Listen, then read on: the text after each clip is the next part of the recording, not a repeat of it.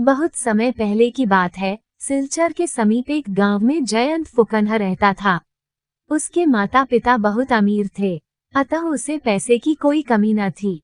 एक दिन वह चाचा के पोते की शादी में दूर गांव गया।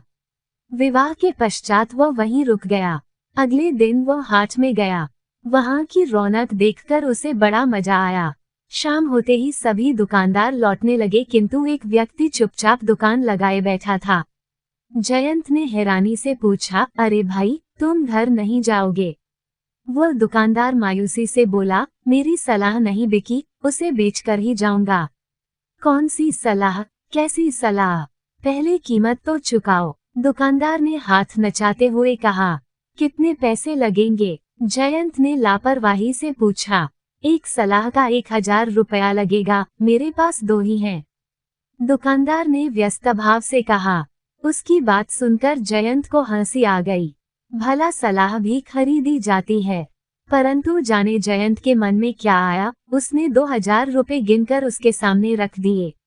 दुकानदार हिल हिल कर बोला, कांटेदार बाड़ न लगाना, घरवाली को राज न बताना, नहीं तो पीछे पड़ेगा पछताना।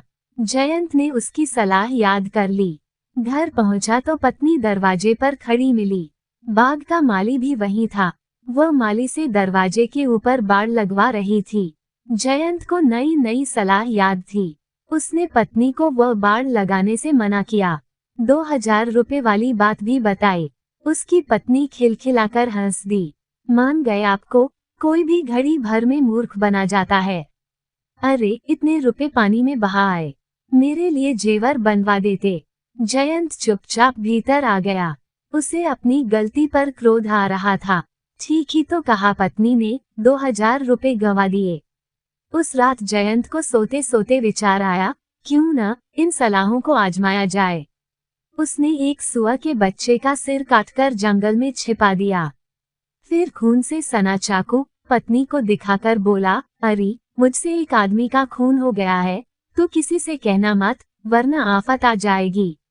जयंत की पत्नी के पेट में बात पचना आसान न था। वह मटका लेकर पनघट पर जा पहुंची। वहां वह अपने पति की बहादुरी की डींगे हाँकने लगी।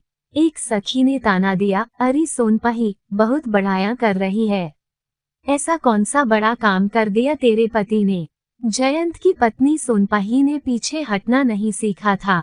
बात में नमक मिर्च लगाकर उसने शान से सबको बताया कि जयंत ने एक आदमी का खून करके उसकी लाश जंगल में छिपा दी है। शाम होते होते पूरे गांव में ये खबर फैल गई। जयंत खेत से लौट रहा था। लोग उसे देखते और हाय राम, जान बचाओ कहकर भाग खड़े होते। जयंत कुछ समझ नहीं पाया। अगले दिन राजा का बुलावा आ पहुंचा। हड़बड़ाहट में जयंत घर से निकला। दरवाजे की कंटीली बाड़ में उसके सिर की पगड़ी गिर गई।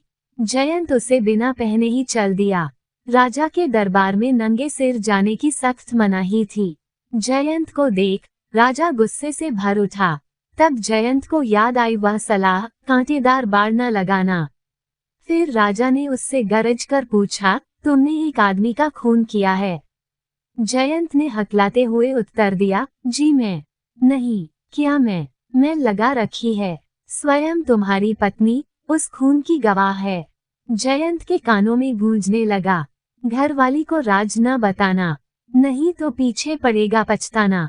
वह खिलखिलाकर हंस दिया। उसने धीरे धीरे राजा को समझाया कि किस तरह उसने सलाहों की परीक्षा लेनी चाहिए। राजा से आज्ञा लेकर वह जंगल में से सुअर का कटा हुआ सिर ले आया। राजा ने सारी बात सुनी तो वह भी हंसते हंसते लोटपोट हो गया। जयंत को ढेरों इनाम देकर विदा किया गया। सोनपही कुछ नहीं जान पाई, परंतु जयंत ने उन सलाहों को सारी उम्र अमल में लाने का निश्चय कर लिया।